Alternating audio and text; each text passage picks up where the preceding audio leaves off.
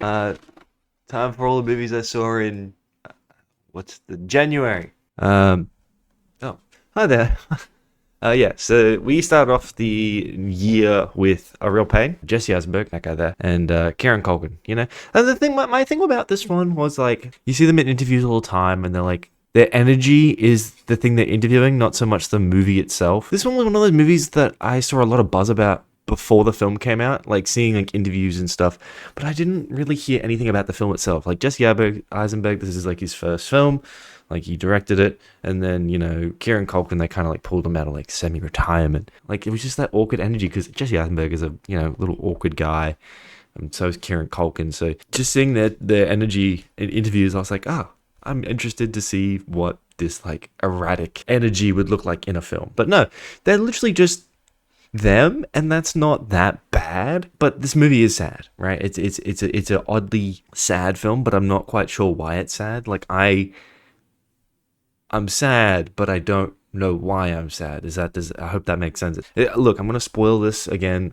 So all these other films, I'm gonna just light spoilers, right? This one, I'm probably gonna go a little bit deeper into it. Your basic plot is like, Jesse Eisenberg's character is, some like a moderately successful dude, and then you got Kieran Culkin's guy. He's like, unsuccessful, but he's like extroverted and very like outgoing cousins, and they have to reconnect after their grandma passes, right?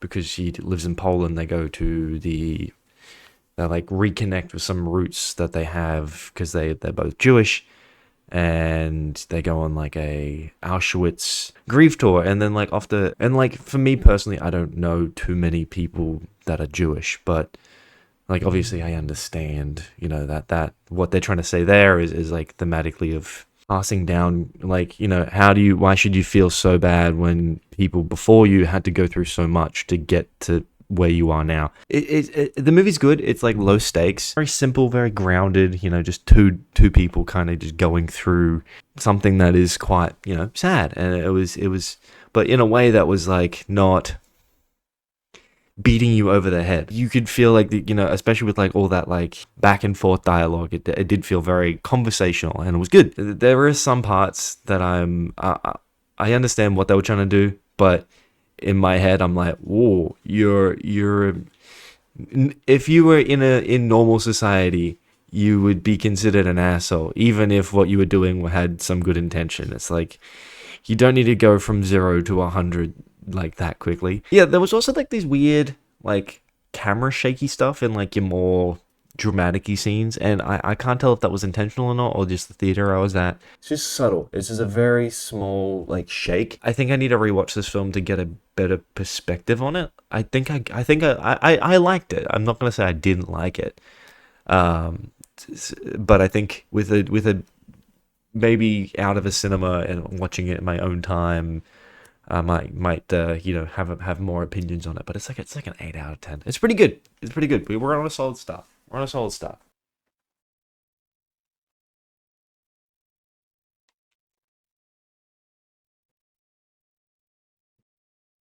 So, I did another movie marathon, 5 movies all at once. I know there's only 3 up there, but just hang around, we'll get to those. 10 in the morning, it was Sonic 3. And leading up to it, I had watched Sonic 1 and 2, and I really love Sonic 2. Like, I don't know, Sonic 2 just had this like perfect amount of... Yes, it was full of side quests, and it didn't really go anywhere for some like, parts of it didn't feel like they connected very well. But man, it's fun. And like the perfect amount of silly, like it's just a little bit silly. But like Sonic 3, I think it just goes just a tad too far on the silly scale, and I think that's just because there's 2 Eggman, and I sound old for saying that, because like Eggman is like the fun parts of the Sonic other 2 Sonic movies, but they kind of just gave him too much. They let him cook too much, man. They let Eggman cook too much in this film. And again, I don't want to sound like a hater, but that's just like me. 2 Eggmans is one Eggman too many. Like Shadow's a fun villain, your plot's kind of fun, and your final fight is very, very funny. But when the 2 Eggmans start fighting each other and hitting you with like robo puns, I'm like, oh. And as almost a 25-year-old man, that annoys me. Yeah, it's just really just the pacing just kind of drags when they're both on screen together. In my opinion, art is subjective, and the scenes where they're like breaking the fourth wall and like looking down at the camera and going, this is like a movie, right? And you're like, the best parts about these films, Sonic and all the cast of characters, but it's Dr. Stone and Dr. Eggman. That relationship is just like fine gold. I think they're honestly like the sidekick villain combo ever. I just love it so much that, I just want, if I had to like manifest anything for Sonic 4 would be Dr. Stone comes back. Great, right? And he's just got like a big Eggman tattoo on his chest, or or he's got his face shaved into his chest hair, or a tattoo of Eggman of some sort, because I just think that would be, the best thing. And if I'm right, I'm calling it now. What's the date? The 29th of the 1st, 2025? If I'm calling it now, I broke the scoop. I don't know what to tell you. But in my opinion, it's probably just as good as Sonic 2, if not like a little bit less, but, they'd catch me on any day. I'd probably say one's better than the other. And Sonic 2 is like a 7 for a kid's film. It's pretty good. It's pretty solid. I went from seeing the funny hedgehog to seeing the funny monkey, and I was tricked. Look, was I tricked by the marketing of this film? Yes, I was. Is the movie surprisingly good? Also, yes. Also, yes, it was. It was surprisingly good. Does it really make sense that he's a monkey? No, not really at all.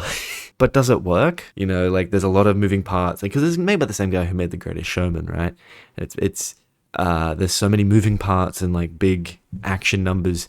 So, the fact that there's just a monkey on screen, you can really focus in and go, that's where my guy is on screen at all times. It's the one that looks like a monkey. And this kind of works, especially when, things do get a bit more crowded. This is just another biopic film. Like, it's just what it is, but it is fun. Telling the story of Robbie Williams, not Robin Williams, one of the singers to, I don't know, Takes Two, something like that, some British band, right? To be honest, I can see this monkey being on a lot of like Hear Me Out cakes, and not saying that I'm into it, right? I'm not. That's not me. He's not on my Hear Me Out cake, but if he appeared on other people's Hear Me Out cake, I'd be like, I get it. I do get it. Like, I did spend a lot of this time waiting for him to just, go monkey, go bananas, go King Kong mode. And he does, but in a way that I was not expecting. It was really stupid. Again, I'm not going to spoil that part, because that is a part that I'm like,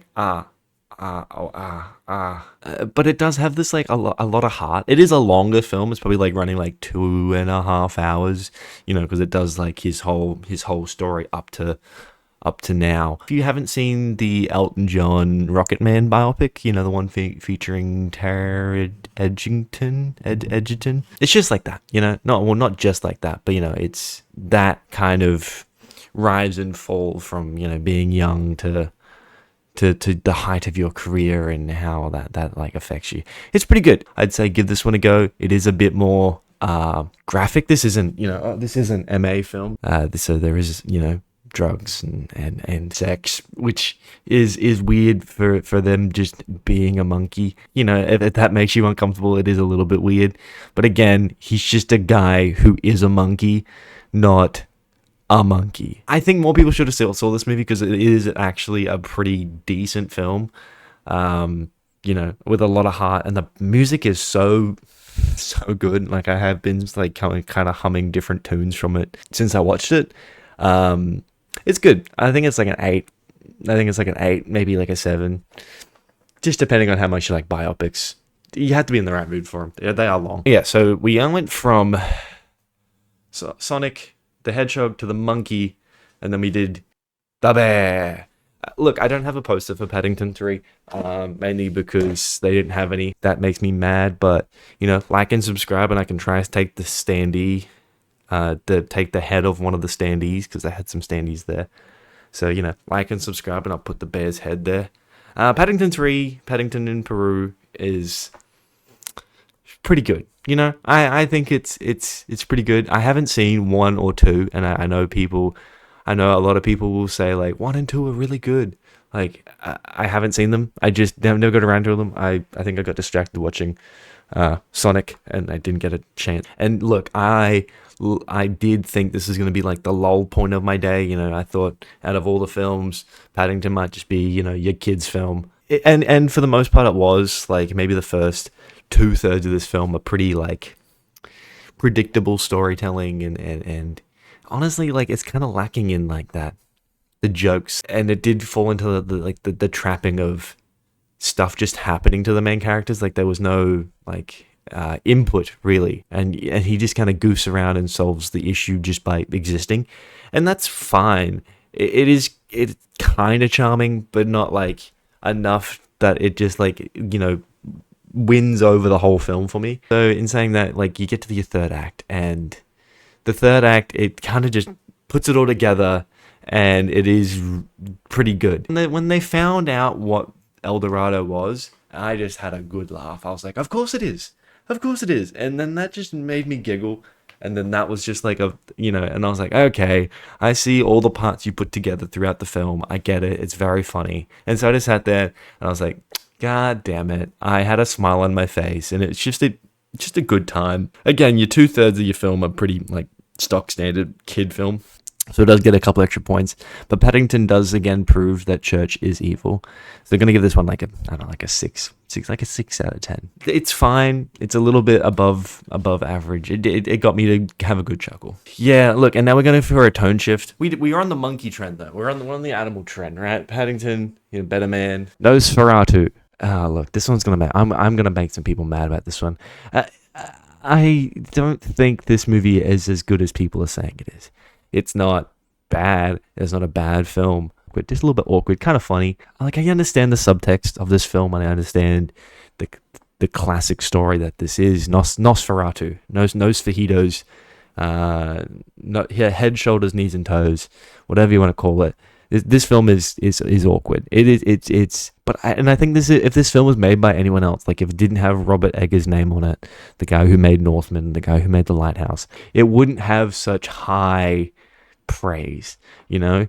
And it's just a bit of a name thing, a little bit. I have an issue with just like marketing of films. I don't know why. Sometimes it just irks me when either you release a trailer too early, or you kind of generate a little bit of hype, but not about the film, but about the people in it.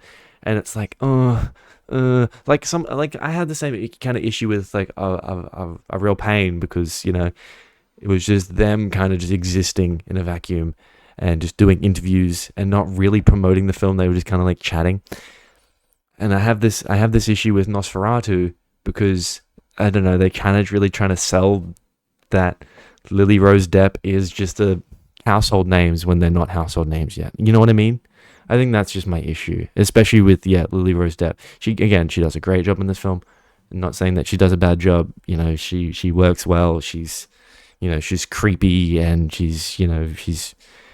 I think she is the best one going in this film. I don't know why, but this movie, I found it very funny, and it's very awkward. There are way too many shots of just like people acting scared, right? It's just like, you know, they'll be like walking through somewhere, and they'll just be like,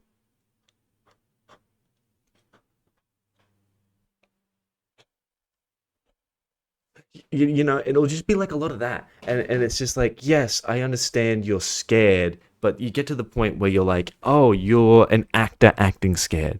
Like it works like in one or two shots in a film, but when it's like every kind of, you know, long corridor shot, and it just focuses on their faces, and I'm just like, oh, I don't know why. It just, for me, it doesn't work. I know for some people it probably does work, and that's fine too. Art is subjective. You know, everyone deserves an opinion on something that is made for art, right?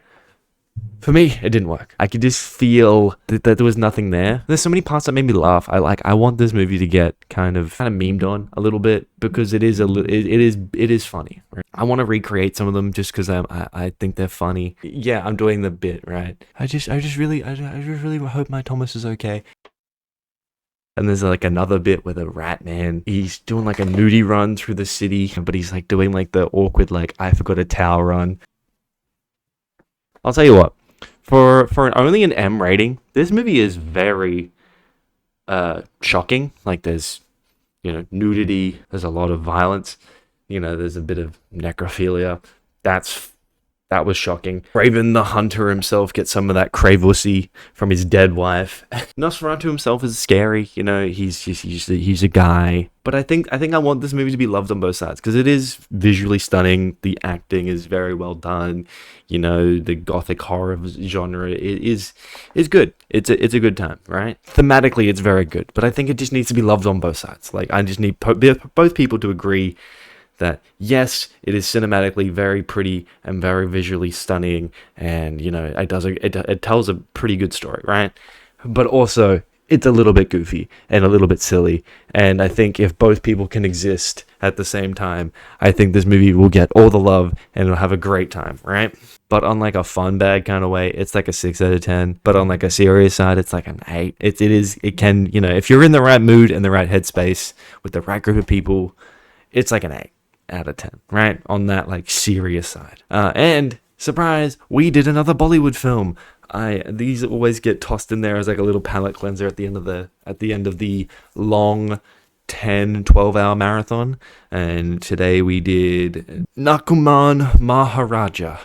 I am probably butchering that, and I do apologize because I don't speak any Indian dialect, but that's besides the point. It's another Bollywood surprise. And this one, to be honest, is actually pretty solid. It's a very fun time. It does have that like Bollywood essence only a Bollywood film would have. Within the first 10 minutes, a dog just gets cricket batted through a window and dies and has a funeral, and it's like it's bad, right? And then they quote him as being sixer, like in cricket when you hit a 6, and that was very funny. And then all Bollywood films, I've noticed, like all your action ones, they're just some guy's dad. Like they're not like your Ryan Reynolds or your Hugh Jackman. They're just like Gary, some dad, and they just kind of pulled him off the street, and he's like, "You're an action hero now." And especially because this action hero dad leads a fucking militia to like free people being enslaved in a cobalt mine. Like that is the plot of your film. And it's pretty fun. It's a good time. Perfect balance of like not too silly. It makes me care for a 3.5 hour long movie, and that's fine. Which was a shock. Look, in my opinion, like the action is not as like crazy as some of the other Bollywoods. Like Pushpa 2 has the fucking craziest action I've seen in a movie for a while. Yeah, I just wanted more action from this Nakuman Maharaja, but it was still a pretty fun time. Like it's like a 7 out of 10. It's 3.5 hours long. The parts that are fun, and that's a fun time. You know what I mean? I think that's it. Okay, so that was the end of our marathon, right? Okay, so yes, we did like a cheeky little like horror double feature, right? Flight Risk, the Wolfman. Flight Risk is honestly, all the runner films we did this month were pretty solid. They weren't boring. They were great. This one is I'm gonna spoil this film because it is just stupid, right? And again, if there is any film you want me to go over in like big depth of like I can do a deep dive and have big opinions on, please let me know if there's anything you feel like I should like dive deeper into. Flight Risk is just this 90-minute clusterfuck. Mark Wahlberg is just a freak the entire time. Like he is, sorry, spoilers, the villain of this film. And he's just an absolute weirdo. Your main location is just like the plane of like a CIA agent and their witness, and then the pilot, which ends up being Mark Wahlberg. And they're just going from a flight from one side of the country to the other to drop him off, right? He ends up working with the bad guys, and as a concept, it's actually a pretty solid concept, right? It's a pretty entertaining idea. It's very unique, but like Mark Wahlberg doesn't have the chops to do it. I'm so sorry. Like he's just too weird, and he does so many shots like this. All right, pretty girl. Like I'm not kidding. It's like this like weird low angle, and he's just like doing like one of these on his teeth with like obviously a fake accent, and then you find out he's wearing a toupee, and that's funny. for no reason other than it's funny. The thing is, you're running 90 minutes. Every 5 minutes, there's something fucking insane happening. Like, it's made on a budget of $25 million. And so, your special effects aren't exactly top notch, right? So when you're doing the whole plane crash, it feels like, they're just like on a roller coaster set with a green screen.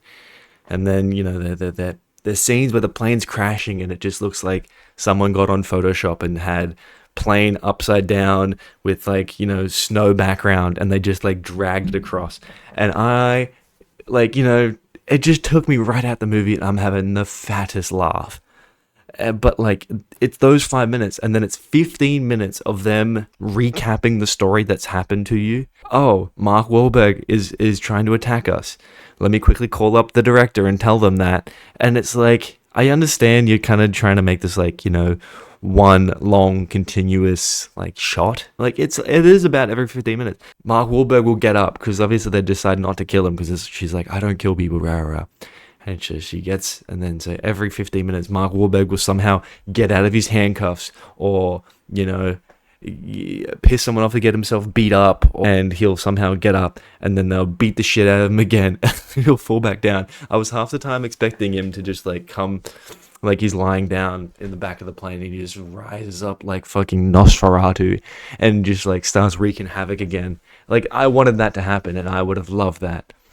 And the dialogue in this film is just dog shit, but like in a way where all of it's bad, so then it all becomes very funny. Like again, Mark Wahlberg's shitty accent, as well as every insult. Again, I didn't expect Mark Wahlberg to call someone a cuck, little cuck boy in 2025, but that's what we got. All the talk about shit. Like, oh, you shit your pants? Oh, you did a little Jackson Pollock in your pants? Like, it's that level of, like, dialogue, or the like, just being insulting. And again, Mark Wahlberg plays a freak. He is indeed freaky. And let me set the scene for you, right? You're a CIA agent, your pilot's crazy, and then now you're left to go fly a plane by yourself. So you end up getting in contact with another pilot who's on the ground. And then the pilot on the other end of the line goes, so what are you doing after this? You wanna go get lunch? Like, if you land this plane, like, lunch is on you. And then she's into it in like the worst situation in the world, and she's just like, maybe, I guess we could go out and get lunch. And it's ridiculous. It's so silly. And it's like, oh man, I had a fat giggle because this man has like pilot riz or something. Because it just worked, and then they like, hug and they like kiss and shit at the end. I was like, what? Anyway, Mark Wahlberg gets hit by a car at the end, and that's a very fun time. This movie's like a 4 out of 10 on like a fun bad level. I don't know. Your parents will probably like it and say it was a fun time. Mark Wahlberg, I loved him in Transformers 4. Anyway, it's like a 4 out of 10, but yeah, your parents will probably say it's like a 7. And then we ended off the day with Wolfman. More like Wolfmen, because there's more than one scam. This film does in fact have that dog in him. Like, it's surprisingly a very solid horror film. Like, it's not amazing. I was thinking it was going to be an absolute clusterfuck made by Blumhouse. Your acting is pretty top notch. The plot is kind of relatively interesting. Yes, it is your stock standard, like, oh, we go to the spooky place and the spooky thing happens, but like it's fun enough, and the reasoning for it makes some type of sense. There's a twist ending there that was very obvious, and the group I was with all were kind of shocked, and I was like, yeah, of course that was the thing that happened, because it was obvious from the jump. But anyway, all I wanted was dogs fighting, and that's what I got. I got like little dog people fighting, and not even dog people. They didn't even have any hair, but they were just like, your body horror is fun. Some of the like the visuals of the teeth and him like ripping skin and stuff like that is a very fun visual, like, especially, if you're a horror dude. But it's nothing to write home about. It's not a bad horror film. It's not a great horror film. All you needed was to play some like Creed and stuff underneath, and this movie would have been a pretty good time. My partner, the first like couple of couple of minutes into the film, you kind of get a glimpse of the dog guy, and and she turns to me and goes, "Is that a fucking Yeti?" And I was like, "What is the movie called? Fucking Yeti?" Like, it gave me a good laugh, so I was having a good giggle. The CGI is pretty funny. There's a scene where, you know, the wolfman, one of them has their leg cut off and he like gnaws it off, and then he's still chasing them down with like one leg, and it's just, for me, it is a little bit goofy, and I had a good laugh. I don't know, it's a nice time. Wolfman is actually a pretty, you know, entertaining, goofy horror film, and that's all it needed to be. That's all it needed to be. That's the updated wall for January. You know, I think there's going to be some good ones coming out next month, into February. Yeah, September 5th and a couple other ones. I don't really have that many more. I was going to try to see Amelia Perez and have a fucking meltdown about it, but no cinemas near me were playing them. I think they were onto something. So if you're wondering where Amelia Perez is, yeah, sorry, I'm not going to watch it. Unless you guys want me to watch it and I can have a fucking meltdown about it as a solo project. But it was honestly a surprisingly good run of films, you know? Yes, I had some issues, and, you know, overall they're not bad. But they no real, like, absolute stinkers. And the ones I thought were going to be stinkers weren't complete shit. I mean, like, yes, Flight Risk was pretty fucking bad. But if you like these, you know, the monthly recap on all the movies I've seen, please make sure to like and share and tell your friends, you know, and yeah, and let me know if there's any like things I missed in the month that you want me to check out, and I can maybe do like a catch up one privately of the stuff I missed in cinemas, because all these were movies I saw in a cinema, and so that's why they're going up on the wall. Oh yeah, so yeah, thank you so much if you got through all the way through this video. Like, subscribe, do the thing. And yeah, see you guys next month for more of The Wall. Ciao, ciao, y'all. See ya.